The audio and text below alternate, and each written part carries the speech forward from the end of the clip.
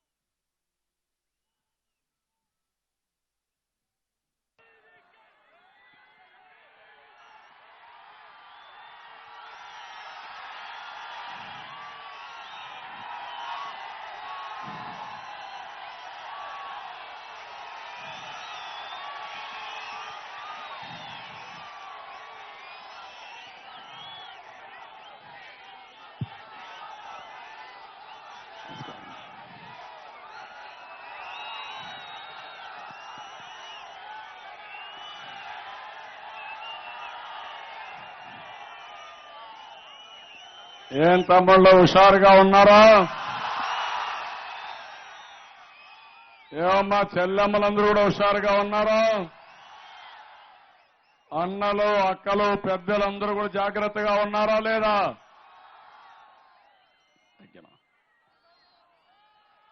చాలా సార్లు చిత్తూరుకు వచ్చాను కానీ ఈ రోజు మీ ఉత్సాహం చూస్తా ఉంటే నాకు ఒక నూతనమైన శక్తి వస్తా ఉంది తమ్ముళ్ళు అని మీకు తెలియజేస్తున్నా. మీరందరూ కూడా ఆవేదనలో ఉన్నారు, అవునా కాదా? కోపంగా ఉన్న కాగితాలు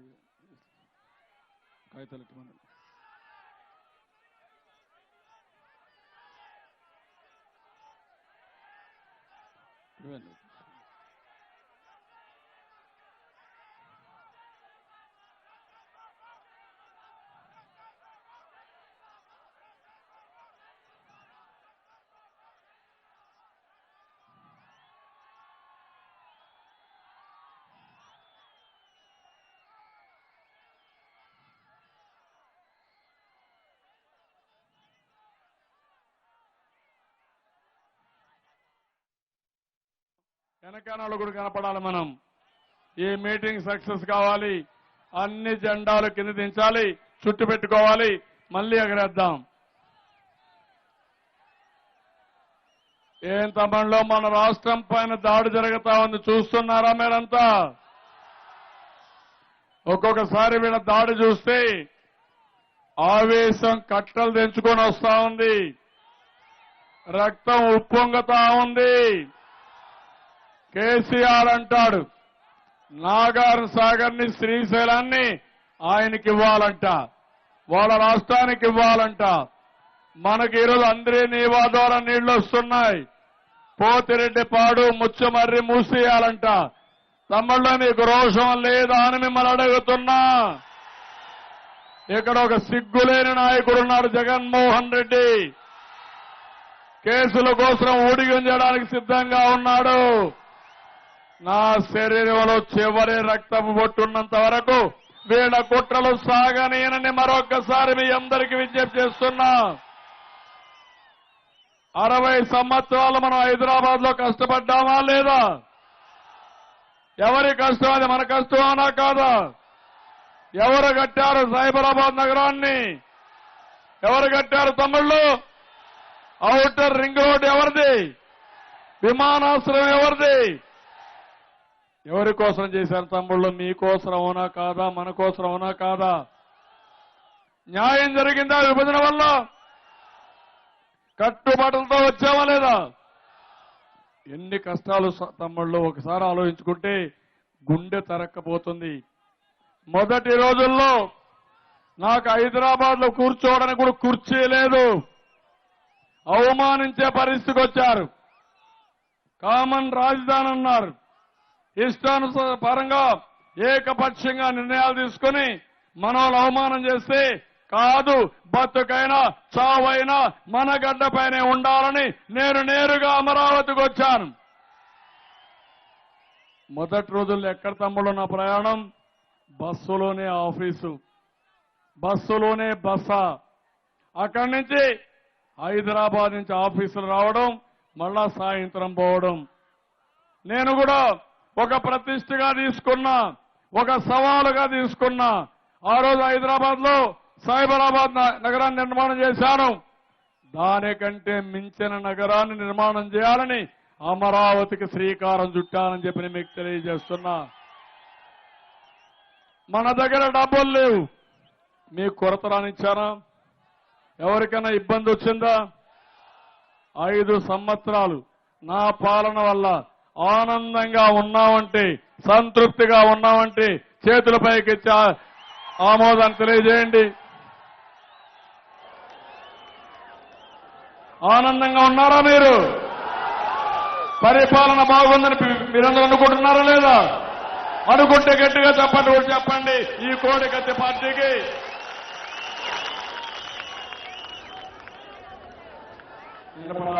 తమ్ముళ్ళు, నేను ఆ రోజు హామీ ఇచ్చాను పాదయాత్రలో, జ్ఞాపకం ఉంది.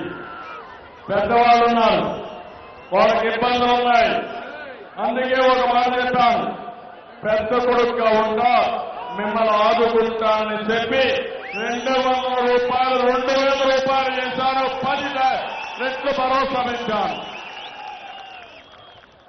మళ్ళీ ఒక మాట అన్నా 3000 రూపాయలు చేస్తానని చెప్పాను. ఆ తల్లి తండ్రి ఆనందానికి అద్దులే లేవు తమ్ముళ్ళు. మొన్న నేను చూశాను ఎన్నికలలో ఒక ముసలమ్మ జెండా కట్టుకొని కర్ర పట్టుకొని వచ్చింది, మంచి ఎండ. నేను అడిగా, ఏం తల్లి ఎండలో వచ్చావు, నీ ఆరోగ్యం ఎట్లా అంటే, పెద్ద కొరక నువ్వు వచ్చావు, నువ్వు నాకు భూమి పెడుతున్నావు, నిన్ను చూడకుండా నేను ఉంటానా పెద్ద కొరక అన్నప్పుడు దానికంటే తృప్తి కావాలి తమ్ముళ్ళు. ఒక మనిషికి దీనికంటే తృప్తి ఉంటుందా అని మిమ్మల్ని అడుగుతున్నా. ఇది మానవత్వమా కాదా? వితంతువులకు ఇచ్చాను, ఒంటరి మహిళకి ఇచ్చాను, దివ్యాంగులకు ఇచ్చాను, కడానా ఎవరైతే ట్రాన్స్జెండర్ ఉన్నారో, హిజ్జాలు ఉన్నారో వాళ్ళకు కూడా పింఛన్ ఇచ్చారు తమ్ముళ్ళు. చేయులు లేకపోతే, 2 చేయులు లేకపోతే 10,000 రూపాయలు పింఛనిచ్చి మానవత్వాన్ని చాటుకున్న ప్రభుత్వం ఈ తెలుగుదేశం ప్రభుత్వం. మా ఆడబిడ్డలు చాలా ఉత్సాహంగా ఉన్నారు. ఈ రోజు మీరు చూస్తే ఆడబిడ్డల కోసం నేనే డాక్రా సంఘాలు పెట్టా, పొదుపు ఉద్యమం నేర్పించా. ఈరోజు ఒక్కసారి మీరు చూస్తే తమ్ముళ్ళు మీ అందరికీ ఎంతమంది అక్కలు చెల్లెలు ఉన్నారు తమ్ముళ్ళు? చూపేంటి, ఒకటా రెండా మూడా? ఇద్దరు, ఒకటి, మూడు. నాకెంతమంది తమ్ముళ్ళు? 1 కోటి మంది ఆడబిడ్డలు నాకు చెల్లెళ్ళుంటే ఏకైక అన్నయ్య ప్రపంచంలో నేనే. దానికి నేను గర్వపడుతున్నా. 1 కోటి మంది నాతో ఉన్నారు. 1 కోటి మంది ఒక సైన్యం. వాళ్ళ సౌభాగ్యం కోసమే పసుపు కుంకుమ పెట్టాలని మరొకసారి మీ అందరికీ విజ్ఞప్తి చేస్తున్నా. తమలో ఇక్కడి నుంచి మీరు చూస్తే ఈ నెల 4వ తారీఖున మా ఆడబిడ్డలందరికీ చెక్ ఇచ్చాను. మీరు డబ్బులు బ్యాంకులో వేసి మీరు డబ్బులు తీసుకోమని మరొకసారి మీ అందరికీ విజ్ఞప్తి చేస్తున్నా. కోడికత్తి పార్టీ చెప్పింది చెక్కులు చెల్లవని. నా చెక్కులు చెల్లాయి కానీ మీ నిద్ర రూపాయలు పెట్టి ఆశ్రయిస్తే పావలందుకు అంటారు మిమ్మల్ని. అవునా కాదా? చెల్లని కాసులు వీళ్ళు, మనం కాదు. చెప్పిన మాట నిలబెట్టుకుంటాను, అండగా ఉంటానని మరొకసారి మీ అందరికీ విజ్ఞప్తి చేస్తున్నా. తమ్ముళ్ళు, రైతులను ఆదుకున్నా. 1 రూపాయి 2 రూపాయలు కాదు, 24,500 కోట్ల రూపాయలు రుణమాఫీ చేశా. ఇంకో పక్కన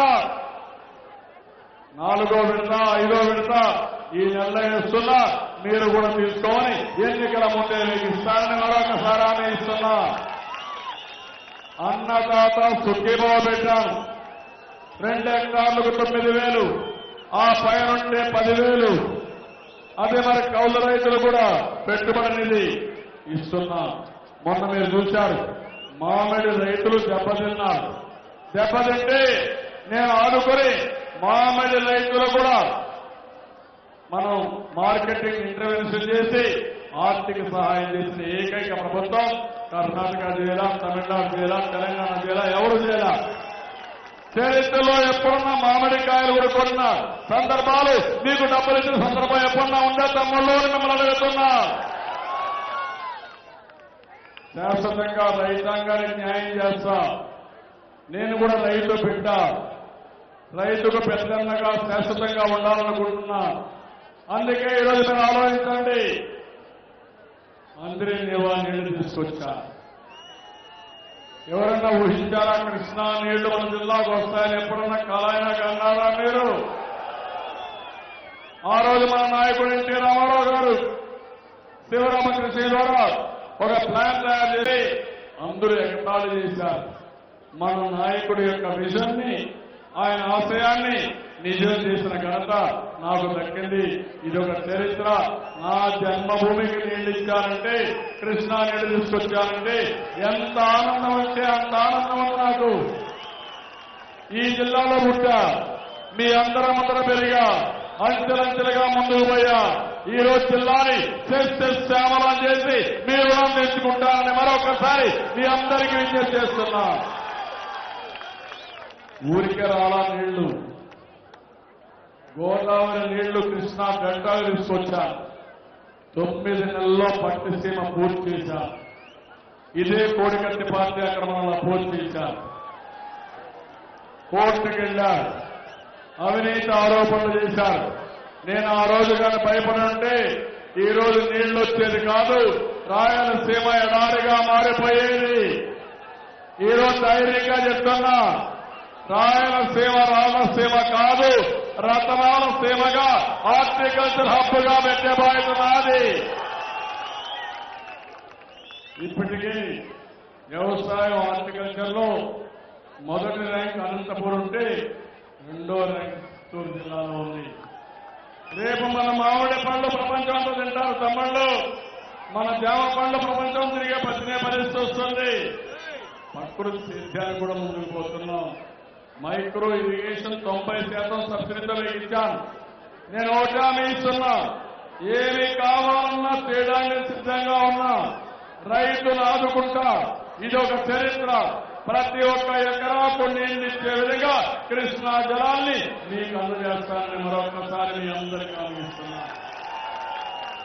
తిరుపతి కాళహస్తి సత్యవేడికి గోదావరి జిల్లాలు కూడా తీసుకొస్తా.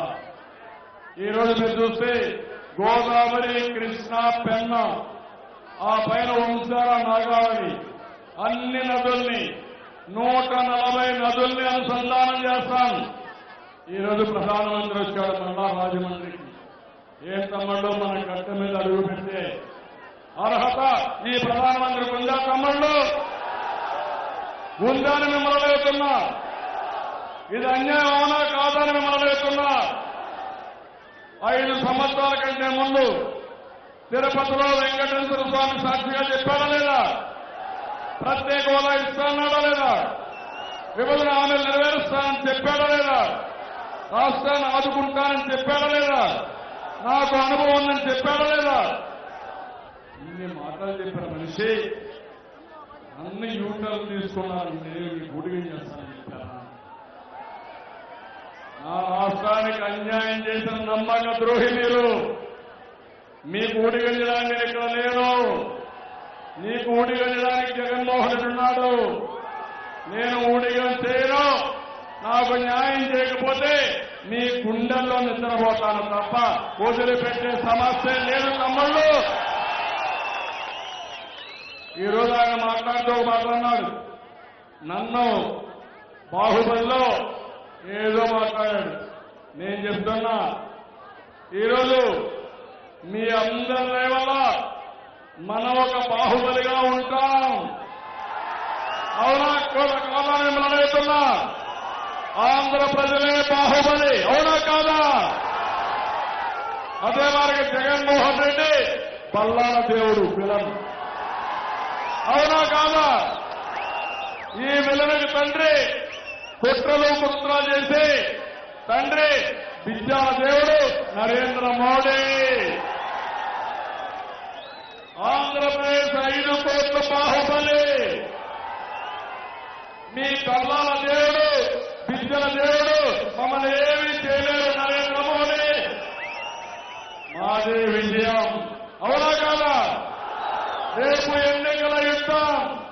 ఈ ఎన్నికల యుద్ధంలో 25 సీట్లకు 25 సీట్లు గెలిచి 175కు 175 గెలిచి బాహుబలి సిగ్నేచర్ నిరూపిస్తామని మిమ్మల్ని కోరుతున్నా. సవాల్ని స్వీకరిస్తారా లేదా మీరు? ఒప్పుకుంటారా లేదా మీరు? మొన్న కర్నూలుకు వచ్చాడు నందిగారు. ఈయనకి సభ్యత లేదు. చాలా చిన్న లెవెల్లో పోతున్నారు తమ్ముళ్ళు. ఈయన ఎట్లాంటే ప్రధానమంత్రి హోదా కూడా తగ్గించేస్తున్నాడు. మొన్న మా అబ్బాయి గురించి మాట్లాడాడు, నా కుటుంబాల గురించి మాట్లాడాడు, నన్ను గురించి మాట్లాడాడు, యూటర్న్ అన్నాడు. నేను ఒకటే చెప్తున్నా, నరేంద్ర మోడీ గారు నాది యూటర్న్ కాదు, నువ్వు నమ్మక ద్రోహివి. యూటర్న్ మీరు చేస్తా తప్ప నాది రైట్ టర్న్. నా ప్రజల కోసం ఏదైనా చేస్తా. ఎప్పుడైనా సరే తెలుగు వారి ఆత్మ గౌరవం ఉంది. ఎన్టీ రామారావు గారు మనకి ఇచ్చిన ఆత్మ గౌరవం. నేను ఆత్మ గౌరవాన్ని వదిలిపెట్టి బతకనే మరొకసారి మీ అందరికీ తెలియజేస్తున్నా. నేను కష్టపడతా, మీకేం కావాలని చేస్తా. నరేంద్ర మోడీ గారి కేసీఆర్ గారు అంటే పడే సమస్య లేదు, 1 కంటే 10 అంట. మీ ఇంటికి మా ఇల్లు దూరం, మా ఇంటికి మీ ఇల్లు కూడా అంతే దూరం. మీ కుట్రలు, మీ కుతంత్రాలు మా దగ్గర జరగవు, వదిలిపెట్టాం. అదే మాదిరిగా మీరందరూ చూశారు, మన సన్ రైజ్ ఆంధ్రప్రదేశ్, సూర్యోదయ ఆంధ్రప్రదేశ్. నరేంద్ర మోడీ వైబ్రెంట్ గుజరాత్, నా వైబ్రేషన్ అయిపోయింది. ఈరోజు కాంతి విహీనమైన గుజరాత్ గా తయారవుతుంది. సూర్యోదయ ఆంధ్రప్రదేశ్ ని నువ్వు సూర్యాస్తంగా ఆలోచిస్తే, లేకుంటే మా పిల్లలు చూస్తే అది నీ వల్ల కాదు నరేంద్ర మోడీ గారు. ఆ విషయం మీరు గుర్తుపెట్టుకోవాలి. తమ్ముళ్ళు మనందరికీ భార్యలు ఉన్నారా? ఆడవాళ్ళకి భర్తలు ఉన్నారా? మనం కాపురం చేస్తున్నామా? ఆనందంగా ఉన్నామా? మనకు పిల్లలు ఉన్నారా? గ్రాండ్ చిల్డ్రన్ కూడా ఉన్నారా? మనవాళ్ళు ఉన్నారా? మనందరూ ఆనందంగా ఉన్నామా? ఈ నరేంద్ర మోడీ గారికి ఎవరున్నారు తమ్ముళ్ళు? ఏమంటారు తమ్ముళ్ళు? మీరు ఆలోచన ఎవరైనా ఉన్నారా? ఉన్నారు. భార్య ఉంది కానీ చెప్పరు. లేదా భార్య తల్లిని ఇంట్లో పెట్టుకోడు. ఈయన మన గురించి మాట్లాడతాడు. కరుణానిధి ఆరోగ్యం బాగాలేకపోతే కరుణానిధికి పోయి నీ ఆరోగ్యం బాగయ్యే వరకు నువ్వు ఢిల్లీగా మా ఇంట్లో ఉందని చెప్పిన పెద్ద మనిషి తల్లిని మాత్రం ఒక్క రోజు కూడా ఇంట్లో పెట్టుకోలేదు. తమ్ముళ్ళు 100 రోజులు ఉన్నాయి. రెవెన్యూ డివిజన్ మాకు ఇవ్వాలి. ఆ విషయం గుర్తుపెట్టుకోవాల్సిన అవునా కాదా మీరు చెప్పండి. హైదరాబాద్ లో విలీనమైనప్పుడు భద్రాచలం కూడా ఆంధ్రప్రదేశ్ లో ఉండి విలీనమైంది. ఈ రోజు సెపరేట్ స్టేట్ వచ్చినప్పుడు మళ్ళా నౌకర్లు వచ్చినప్పుడు అది మాత్రం వదిలిపెట్టి మనం 700 కూడా తీసుకుంటే మనం పోరాడి 700 తీసుకున్నాం. ఆయన ఉద్దేశం ఏంటి? ఆ 700 మార్చుకోవాలి. పోలవరం పనులు జరగకూడదు. ప్రధానమంత్రి మాట్లాడారు. అదేదో ఏటీఎంఆర్ తయారైంది. ఏంటమ్మడు ఏటీఎం అనుకుంటున్నా? ఎక్కడ డబ్బు దొరుకుతుందా? ఎన్ని ప్రశ్నపత్ర సిద్ధాంతాలు తుగ్లక్ పరిపాలన నరేంద్ర మోడీది. పెద్ద నోటు రద్దు మీకేమైనా ఉపయోగపడిందా? 500 2,000 రూపాయలు 1000 రూపాయలు రద్దు చేసి 500 2,000 రూపాయలు ఇచ్చాడు. ఈయన అవినీతి గురించి మాట్లాడతారు. మన అవినీతి గురించి మాట్లాడుతున్నారు. అడుగుతున్నా నీ హయాంలో విజయమలే కానీ ఇంకా మిగిలినందరూ విదేశాలకు పారిపోయారు. మీరే పంపించారు. అదే అగ్రిగోల్డ్లో తప్పు చేశారు కాబట్టి వాళ్ళందరినీ జైల్లో పెట్టా, ఆస్తులు అటాచ్ చేస్తున్నా, ప్రతి ఒక్క పైసా ఇస్తా. ప్రభుత్వం కూడా 250 కోట్లు ఇచ్చారు. ఇంకా ఎక్కువ ఇస్తా. మొత్తం అగ్రిగోల్డ్ బాధితుల్ని పూర్తిగా ఆదుకునే బాధ్యత నాదని మరొకసారి మీ అందరికీ హామీ ఇస్తున్నా. మీకు నాకు అదే డిఫరెన్స్. మీది చేతగాని ప్రభుత్వం, మాది చేతనైన ప్రభుత్వం. వ్యవసాయంలో చెప్పాడు ఏదో పెద్ద ఉద్ధరించానని. ఎంత? 2.7% growth rate all India level. మంది 11%. నేను 11% చేసి దేశంలో నెంబర్ 1 వ్యవసాయ అభివృద్ధిలో మనం ఉన్నాం. కరువున్న సమర్థవంతంగా ఎదుర్కొన్నాం. మీ చేతగాని పరిపాలనలో వ్యవసాయం మొత్తం భ్రష్టు పట్టింది. రైతాంగం రోడ్డెక్కారు. రేపు తమిళనాడు నుంచి 100 మంది రైతులు పోయి నరేంద్ర మోడీకి వ్యతిరేకంగా పోటీ చేస్తున్నారు. ఢిల్లీ నడివీధులకు వచ్చారు. పోరాటాలు చేశారు. బాంబేని స్తంభింపజేశారు. మీకు సిగ్గుండాలి కానీ నేను ఒకటే చెప్తున్నా, రైతులకు న్యాయం చేస్తానే ఉంటా. తెలంగాణ అభివృద్ధి 0.2%, మంది 11%. దీంట్లో స్ట్రాటజీ పెట్టాం. మిమ్మల్ని ఆదుకున్నాం. అగ్రికల్చర్ నుంచి హార్టికల్చర్కి వెళ్ళాం, డైరీకి వెళ్ళాం, మన అక్వాకల్చర్కి వెళ్ళాం. భవిష్యత్తులో ఒకటే అని ఇస్తున్నా, వ్యవసాయాన్ని లాభసాటిగా తయారు చేసే వరకు మీకు అండగా ఉంటారని మరొకసారి మీ అందరికీ హామీ ఇస్తున్నా. తమ్ముళ్ళు ఇవే కాదు, ఈరోజు మీరు ఒక్కసారి చూడండి, రాష్ట్రంలో అనేక సంక్షేమ కార్యక్రమాలు చేశారు. మన దగ్గర డబ్బులు లేకపోయినా ఈరోజు మీరు చూస్తే పసుపు కుంకుమ ఇచ్చాం, అన్నదాత సుఖీభవ అయింది, ఎన్టీఆర్ భరోసా అయింది, చంద్రన్న బీమా 5 లక్షల రూపాయలు 10 లక్షల రూపాయలు చేసి పేదవాళ్ళు ఎక్కడన్నా యాక్సిడెంట్లు చనిపోతే 10 లక్షల రూపాయలు ఇస్తా. పెళ్లి కానుక 1,00,000 రూపాయలు ఇస్తా. అందరి పిల్లలకు నేనే పెళ్లిళ్ళు చేస్తా. కుటుంబ పెద్దగా ఆ గౌరవాన్ని నేనే దక్కించుకుంటాను. కన్నా తల్లిదండ్రులు భారం పడకుండా వాళ్ళందరినీ గౌరవంగా అత్తగారింటికి పంపించే బాధ్యత నాదని మీ అందరికీ విజ్ఞప్తి చేస్తున్నా. మీ ఆరోగ్యం కాపాడుతాను. ఒకప్పుడు 2.5 లక్షలు ఇచ్చాం. ఈ రోజు నేను ఆలోచించింది మీ అందరి కోసం 5 లక్షల రూపాయలు ఎన్టీఆర్ వైద్య సేవ కింద మీరు నచ్చిన హాస్పిటల్కి వెళ్ళండి, ఎక్కడ కావాలంటే వెళ్ళండి, నేను ఆ డబ్బులు ఇచ్చే బాధ్యత తీసుకుంటా. అదే సమయంలో అనేక సర్వీసులు ఉచితంగా పెట్టా. కడాన మీ మందులు కూడా మీరు ఎక్కడా కొనే పని లేదు. ఏ మందుల షాప్లో కావాలంటే అక్కడ పోయి మందులు కొనుక్కోండి, బిల్లు నేరుగా నేనే పంపిస్తా, వాళ్ళ అకౌంట్ డబ్బులు కూడా వేస్తారని మీ అందరికీ హామీ ఇస్తున్నా. నమ్మళ్ళు స్కాలర్షిప్లు ఇచ్చా, అన్నా క్యాంటీన్ పెట్టా, 5 రూపాయలకే భోజనం, అవునా కాదా? ఎక్కడన్నా దేశంలో ఇలాంటి క్యాంటీన్లు ఉన్నాయా? నెంబర్ 1 క్యాంటీన్లు పెట్టి మొన్న ఒక మహిళ వృద్ధురాలు ఒక మాట చెప్పింది. నాకైతే చాలా సంతోషం కలిగింది.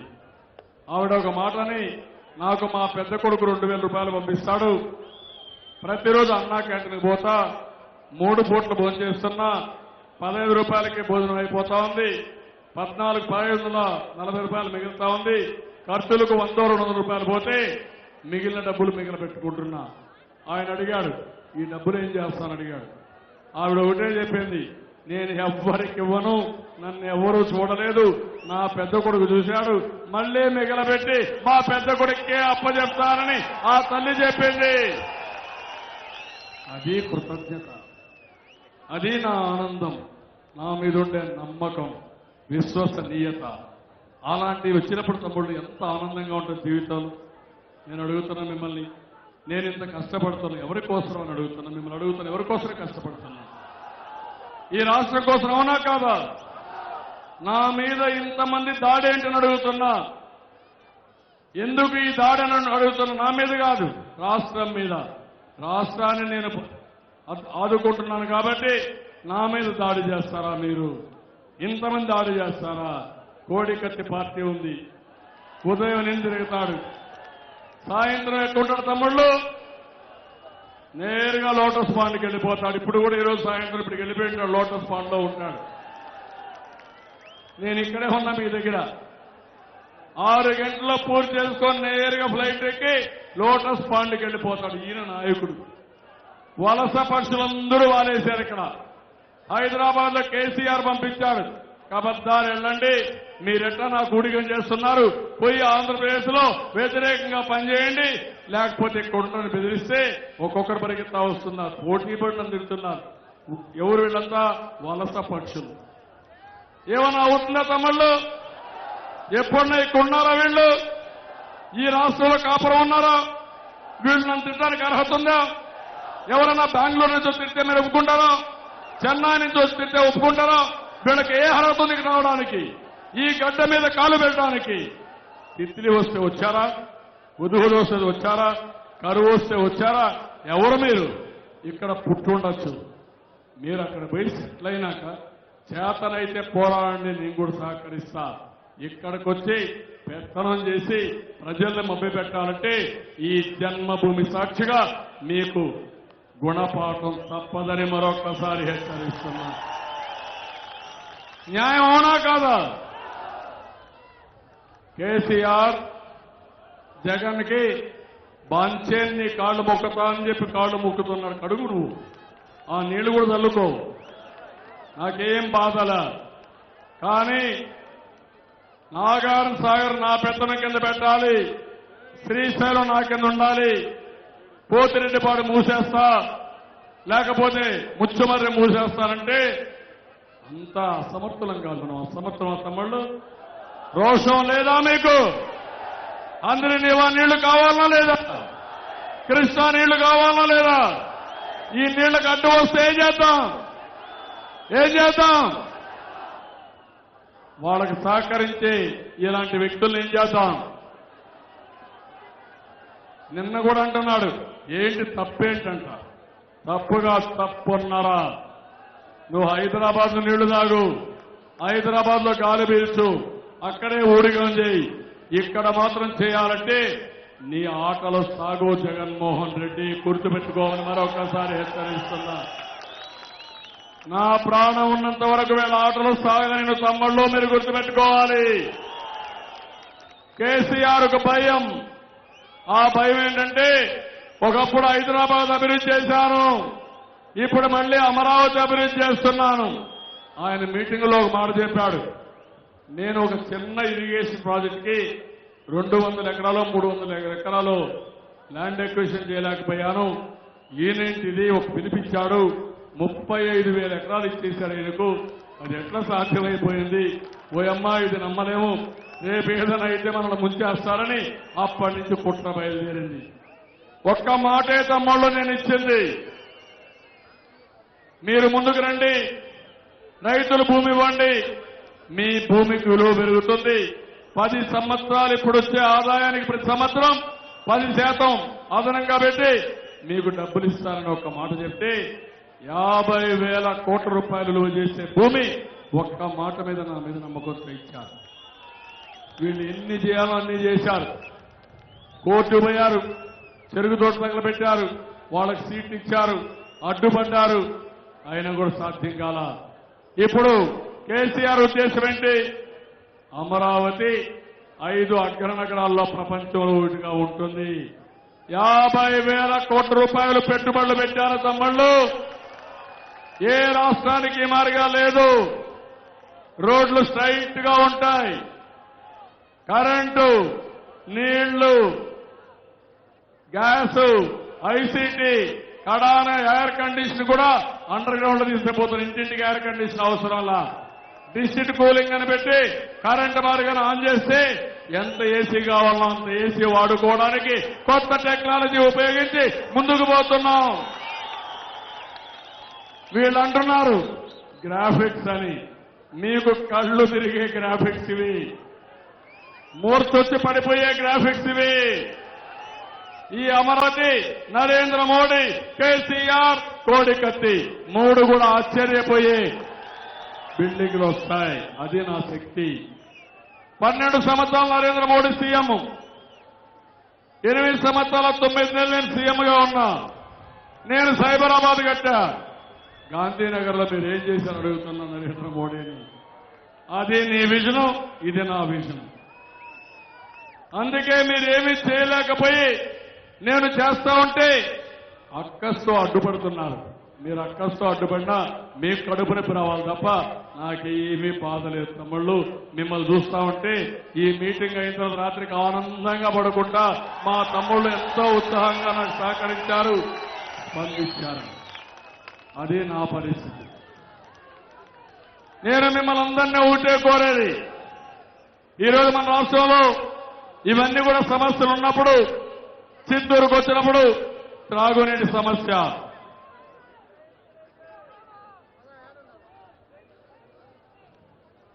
ఈరోజు చిత్తూరుకి అడవిపల్లి రిజర్వాయర్ నుంచి 250 కోట్ల రూపాయలతో నీళ్లు తీసుకొస్తున్నాం శాశ్వతంగా. నరేంద్ర మోడీ ఒక మాట అన్నాడు, పోలవరాన్ని మేము ఏటీఎంగా ఉపయోగించుకోవాలా, నువ్వు అసలు డబ్బులే ఇవ్వాలా. నేనే 4,500 కోట్లు ఖర్చు పెట్టా, ఇది జాతీయ ప్రాజెక్టు, ఆ మాట కూడా చెప్పావు. మీ ఏటీఎంలో ఎక్కడా డబ్బులు లేవు. రాబోయే రోజుల్లో పోలవరం పూర్తి చేసి రాష్ట్రం మొత్తం నా ఏటీడబ్ల్యూగా ఉంటుందంటే ఎనీ టైం వాటర్ ఎనీవేర్. ఇండ్లకు 24 గంటల నీళ్లు, పొలాలకు 24 గంటల నీళ్లు, ఇండస్ట్రీకి 24 గంటల నీళ్లు, కరెంటు బటన్ ఆన్ చేస్తే ఎట్టు వస్తుందో స్మార్ట్ వాటర్ గ్రిడ్ తయారు చేసి ఒక్కసారి ఆన్ చేస్తే నీళ్లు తీసుకొచ్చే బాధ్యత నాది తమ్ముళ్ళు అని మీ అందరికీ తెలియజేస్తున్నా. అదే నదుల అనుసంధానం, అదే ప్రాజెక్టుల పూర్తి. కుప్పానికి నీళ్లు తీసుకొచ్చాం 550 కిలోమీటర్లు. ఎవరన్నా ఊహించారా? చిత్తూరుకి తొందరలో నీళ్లు వస్తున్నాయి. మీరు స్వాగతం పలకండి, కృష్ణా రివర్ నీళ్లు ఇక్కడికి వస్తున్నాయి. కృష్ణా పుష్కరాలు ఒకప్పుడు విజయవాడలో చేసేవాళ్ళు, రేపటి నుంచి మన ప్రాంతంలో కూడా కృష్ణా పుష్కరాలు చేసుకుంటాం తమ్ముళ్ళు. అది సాధించిన విజయం. నీళ్లుంటే ఏదైనా సాధ్యం. ఇంకో పక్క ఏషియన్ ఇన్ఫ్రాస్ట్రక్చర్ ఇన్వెస్ట్మెంట్ బ్యాంక్ ద్వారా 32 కోట్ల రూపాయలు నీటి పైపులను ఆధునీకరణకు ఇచ్చాం. తెల్ల రేషన్ కార్డు ఉండే ప్రతి ఇంటికి మంచినీళ్లు కొళ్ళాయి ద్వారా నీళ్లు ఇస్తాం. చిత్తూరులో ఇండ్లు లేని వారికి పీఎంఏవై ఎన్టీఆర్ నగర్ లో 4,150 ఇండ్లు G+3 కట్టాం తమ్ముళ్ళు. ఇప్పుడు నేను మీ అందరికీ హామీ ఇస్తున్నా, గ్రామీణ ప్రాంతాల్లోనే కాదు పట్టణ ప్రాంతాల్లో ఇండ్లన్నీ ఉచితంగా ఇస్తాను. ఒక్క పైసా మీరు పెట్టుకునే పని లేదు. సుందరమైన ఇండ్లు. నేను ఇప్పుడు వస్తా ఉంటే చూశాను, జమ్మల మడుగు మామూలుగా టౌన్లో ఆ ఇండ్లు చూస్తే ఆ ఊరికి అందరమైన నగరం అదొకటే కనపడుస్తా ఉంది. అంత మంచి బిల్డింగులు వచ్చాయి. G+3 వచ్చాయి. నిన్న మొన్న మీరు చూశారు, పేపర్లో వేశారు. ఇన్ఫ్రాస్ట్రక్చర్ కానీ నీళ్లు, కరెంటు, గ్యాసు అన్ని కూడా తీసుకొచ్చి బ్రహ్మాండమైనటువంటి మనం ఇచ్చేసి ముందుకు పోయే పరిస్థితికి వచ్చాం. అందుకే పేదవాళ్ళ ఇంటి కళ నిజం చేసే బాధ్యత నాదని మరొకసారి మీకు తెలియజేస్తున్నా. నిన్న మొన్న 10 సూత్రాల పథకం కూడా మళ్ళా తీసుకున్నాను. అందులో మీరు చూస్తే ఇవన్నీ కూడా పెంచాను, నీళ్లు ఇవ్వడం ఇవన్నీ కూడా చేశాను. ఈరోజు ఇంకొక పక్కన అన్ని వర్గాలకు న్యాయం చేస్తున్నాను. వెనుకబడిన వర్గాలు ఉన్నారు, 21 కార్పొరేషన్లు పెట్టాం, ఆదరణ 2 తీసుకొచ్చాం. అదే మాదిరిగా ప్రత్యేకంగా ఒక బ్యాంకు పెట్టి 10,000 రూపాయలతో ఆ బ్యాంకును రన్ చేసి వెనుకబడిన వర్గాలు ఎక్కడా ఇబ్బంది పడకుండా పూర్తిగా ఆదుకునే బాధ్యత ఈ ప్రభుత్వం అందని చెప్పి కూడా నేను మీకు తెలియజేస్తున్నా. ఇదే కాదు, ఈరోజు మైనారిటీ సోదరులు ఉన్నారు, వాళ్ళకందరికీ ఒకటే హామీ ఇస్తున్న మైనారిటీ సోదరులందరికీ ఈరోజు ఈ ప్రభుత్వం మీకు అండగా ఉంటాం. ఏదైతే షాదీఖానాలు కానీ మసీదులు రిపేర్ కానీ డబ్బులు ఇచ్చాం. ఒకప్పుడు హైదరాబాద్ లో నేనే హాజ్ హౌస్ కట్టాను, 1 పోయింది, ఇప్పుడు 3 కడుతున్నా. కర్నూలులో కడుతున్నా, కడపలో కడుతున్నా, విజయవాడలో కడుతున్నా. బ్రహ్మాండమైనటువంటి హాజ్ హౌస్లు కట్టే పరిస్థితికి వచ్చాం. ఉర్దూ భాషన అభివృద్ధి చేస్తాను. 4,500 కోట్ల రూపాయలు ఖర్చు పెట్టాం. ఇమాములకి, మౌజములకి నేనే ఆందోళన ఇచ్చా. ఇప్పుడు 5,000 నుంచి 10,000 రూపాయలు చేస్తా, 3,000 నుంచి 5,000 రూపాయలు చేసి మత గురువులందరినీ ఆదుకుంటా. ఇది కాకుండా ఇంకో పక్క మీరు చూస్తే 26 రెసిడెన్షియల్ స్కూల్స్ పెట్టి మైనారిటీ పిల్లల్ని బాగా చదివించే బాధ్యత నాదని మరొకసారి వారందరికీ విజ్ఞప్తి చేస్తున్నాను. 4% రిజర్వేషన్లు కాపాడుతాం. ఇంకో పక్కన అనేక విధాలుగా వాళ్ళ అభివృద్ధి కోసం కార్యక్రమాలు చేసి ముందుకు పోతామని చెప్పి కూడా నేను మీకు తెలియజేస్తున్నాను. ఈరోజు నరేంద్ర మోడీ ప్రమాదమైన వ్యక్తి ఈరోజు మాట్లాడుతున్నాడు. ఫరూక్ అబ్దుల్లా గురించి మాట్లాడి నన్ను గురించి కూడా ఏదో మాట్లాడుతున్నాడు, సమాధానం చెప్పమని. నేను ఒకటే చెప్తున్నాను ఈ ప్రధానమంత్రికి, ఈ దేశంలో హిందువులు ఉన్నారు, ముస్లింలు ఉన్నారు, క్రిస్టియన్లు ఉన్నారు, అందరి కలిసి సమజీవనం చేయాలి తప్ప రెచ్చగొట్టి రాజకీయ లబ్ధి పొందాలంటే అది మంచిది కాదు. ప్రధానమంత్రి గారు మీరు గుర్తుపెట్టుకోవాలి. ఫరూక్ అబ్దుల్లాని తప్పడుతున్నాడు. ఫరూక్ అబ్దుల్లా తండ్రి ఆ రోజు జమ్మూ అండ్ కాశ్మీర్కి ప్రధానమంత్రి అక్కడి నుంచి ప్రత్యేకమైన ఆర్టికల్ తీసుకుని దాన్ని గౌరవిస్తామని ఇండియాలో కలుపుకున్న విషయం మర్చిపోతున్నాడు. ఈ రోజు ఆయన పైన బురదల్లే కార్యక్రమం చేస్తున్నాడు. నేను అందుకని అడుగుతున్నా, ఇన్ని రోజులు నేను చూశాను, ఫరూక్ అబ్దుల్లా కంటే దేశభక్తులు ఈ దేశంలో ఎవరో లేరు. అలాంటి వ్యక్తిని కించపరిచే విధంగా మాట్లాడడం ఈ ప్రధానమంత్రికి తగదు. ఈ దేశ భవిష్యత్తు కోసం అందరినీ కలుపుకోవాలి కానీ అందరినీ విడగొట్టే ప్రయత్నం చేయడం ఈ పెద్ద మనిషికి ఎంత మాత్రం కూడా ఆమోదయోగ్యం కాదని మీకు తెలియజేస్తున్నా. మీరేమంటారు తమ్ముళ్ళు, అవునా కాదా? దక్షిణ భారతదేశానికి ఏమైనా చేశారా వీళ్ళు? ఒక్క పైసా మనకి ఇచ్చారా? ఒక్కరు వీళ్ళ కేబినెట్ లో మంత్రి ఉన్నారా? ఇది అన్యాయం అవునా కాదా? ఎవరైనా ఒక్క ఓటేస్తారా వీళ్ళకు? ఎందుకు ఓటేయాలి? నమ్మక ద్రోహిగానా? ఇంకొక పక్క నార్త్ ఈస్టర్న్ స్టేట్స్ లో కూడా అదే మారిగా సిటిజన్ బిల్ తీసుకొచ్చి వాళ్ళ మీద అణగదొక్కే ప్రయత్నం చేశారు. ఈరోజు ముస్లింల పైన త్రిపుల్ తలాక్ పెట్టి వాళ్ళని అణగదొక్కే ప్రయత్నం చేశారు. అంటే మీ ఇష్ట ప్రకారం దేశాన్ని విచ్ఛిన్నం చేస్తారా మీరు? మీరు ఒక్కడైనా దేశభక్తులు? రాజకీయం కోసం, అధికారం కోసం నీ నటన దేశభక్తి. మేమందరం కూడా దేశం కోసం ప్రాణాలు ఇవ్వడానికి సిద్ధంగా ఉన్నామని మీ అందరికీ తెలియజేస్తున్నా. భవిష్యత్తులో నాలాంటి వాడికే ఇన్ని ఇబ్బందులు పెడుతున్నా అంటే ఇంకా సామాన్య మానవులకి ఎట్టంటి తమ్ముళ్ళు ఒక్కసారి మీరు ఆలోచించండి. నేను భయపడలేదు కాబట్టి సరిపోయింది. అందరినీ భయపెట్టాడు. మాట్లాడితే సిబిఐ, మాట్లాడితే ఈడీ, మాట్లాడితే ఇన్కమ్ ట్యాక్స్ రేట్. రేపు ఎల్లుండి వస్తారు మన దగ్గరికి ఇన్కమ్ ట్యాక్స్ వాళ్ళు. మనోహర్ ఇంటి పైన పడద్దు, మా ఇంటి పైన పడద్దు, మీ ఇంటి పైన పడద్దు, పిచ్చి కుక్కల మారుగు వచ్చి పడే పరిస్థితి వస్తుంది. ఏమనుకుంటున్నారు? ఇది దేశమా లేకుంటే తమాషాలా? చాలా మంది ప్రధానమంత్రులు చూశా, 40 ఏళ్లు రాజకీయాల్లో ఉన్నా ఇంత దౌర్భాగ్యమైన ప్రధానమంత్రిని నా జీవితంలో ఎప్పుడూ చూడలేదు తమ్ముళ్ళు. ఒక అహంభావం, ఒక నమ్మక ద్రోహిగా మిగిలిపోయిన వ్యక్తి. నువ్వేదో ఎందుకు వచ్చారని అడుగుతున్నా ఇక్కడికి. నీకేమైనా ఓట్లు పడతాయా? ఒక ఓటు పడుతుందా? దేనికోసం వచ్చావు? నన్ను తిట్టడానికా? నన్ను తిట్టి జగన్మోహన్ రెడ్డి బలపరచడానికా? నీ కోడికత్తి పార్టీ లేదు, నువ్వు లేదు, నీ కేసీఆర్ లేదు. మా ఆత్మగౌరవాన్ని మేము కాపాడుకుంటామని మరొక్కసారి హెచ్చరిస్తున్నా. కేసీఆర్ అంటున్నాడు 17 సీట్లలో 16 ఆయన గెలుస్తాయంట. ఆయన ఇంకొక పార్టీ ఉంది ఎంఐఎం, ఆయన ఓటు గెలుస్తారంట. వీళ్ళు ఢిల్లీకి వస్తారంట. అంటే మనం అందరం కూడా 5, 10, 15 కోడిపత్తి పార్టీ గెలిస్తే వీళ్ళు వాళ్ళతో పోతారంట. సిగ్గు కూడా లేదు కోడికత్తి పార్టీకి. రోజు ఒక మాట అన్నాడు, ఈ 25 ఆయన 17 కలిసి ప్రత్యేక హోదా సాధిస్తారంట. ఎట్లా సాధిస్తారు తమ్ముళ్ళు ప్రత్యేక హోదా? సపోర్ట్ చేస్తాడా కేసీఆర్?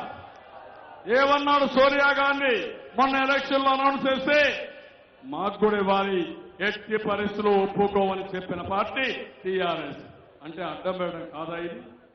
నిన్న ఎలక్షన్ లో చెప్తున్నాడు మీకు అధికారం ఏముంది, 54% ఆదాయం, 42% జనాభాకి ఇచ్చారు. అదే మనకు 46% ఆదాయం, 58% జనాభా. ఎవరి సొత్తుది? ఎవరి ఆస్తిది? అందరం కష్టపడితే మీరు తీసుకొని ఆస్తులు లాక్కొని మమ్మల్ని అవమానం చేసి మళ్ళా పంపించి మేము బతకటా ఉంటే బతకు గుడిని అడ్డం పడే మిమ్మల్ని ఏమనాలన్నా?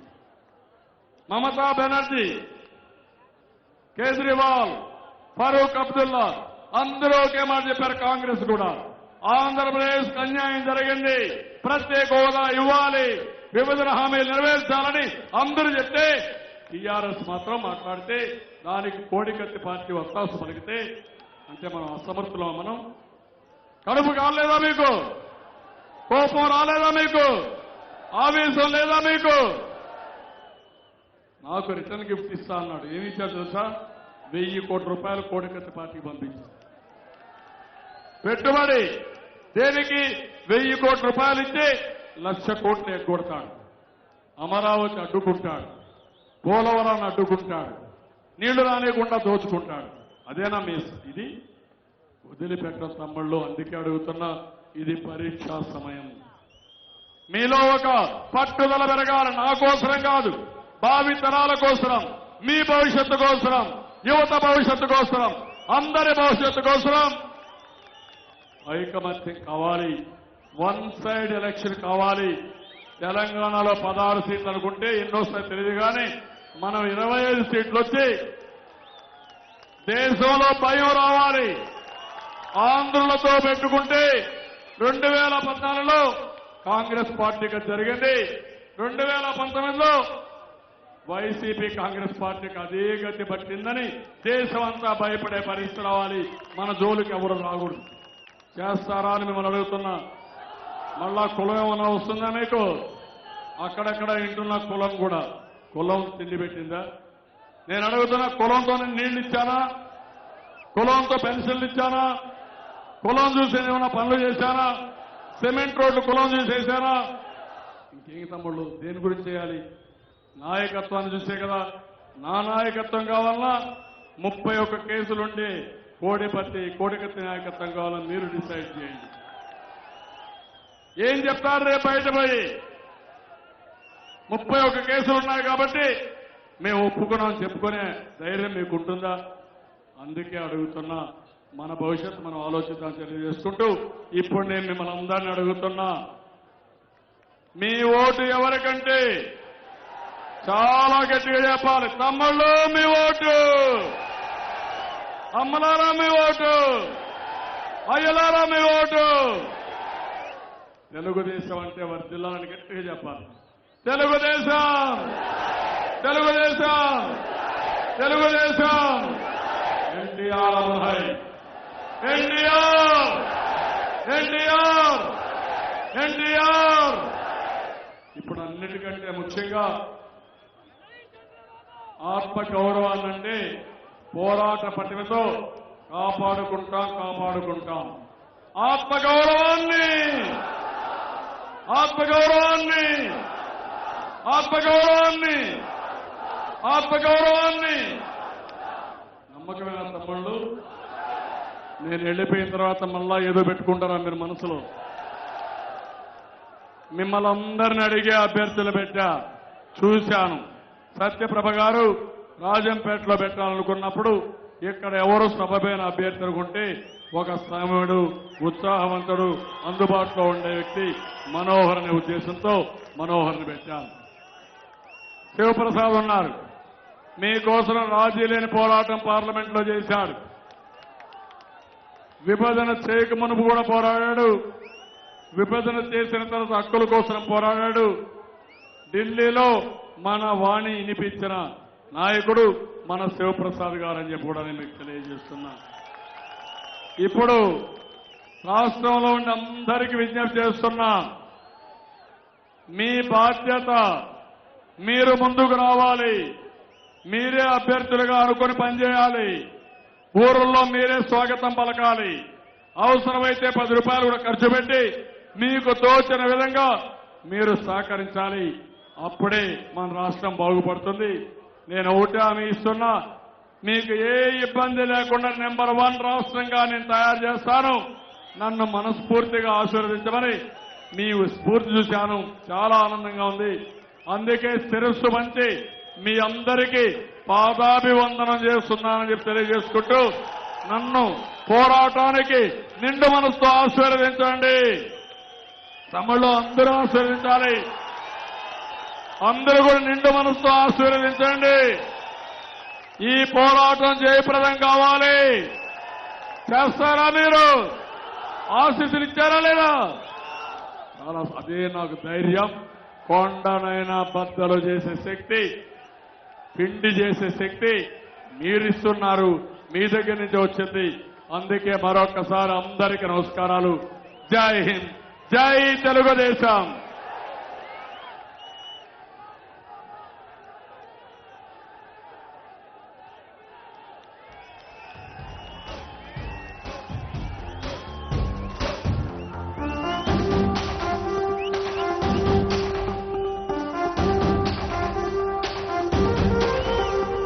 గట్టెక్కించే నాయకుడిప్పుడు ఒకటే ఒకటే ఒకటే, జాతికి ప్రగతిని తెచ్చే పాలకుడిప్పుడు అతడే అతడే అతడే. గడ్డం గట్టెక్కించే నాయకుడిప్పుడు ఒకటే ఒకటే ఒకటే, జాతికి ప్రగతిని తెచ్చే పాలకుడిప్పుడు అతడే అతడే అతడే. సూర్యునిలాగా చీకటి తీర్చి, చంద్రునిలాగా వెన్నెల నుంచి అందరికీ అభివృద్ధిని తెస్తాడే.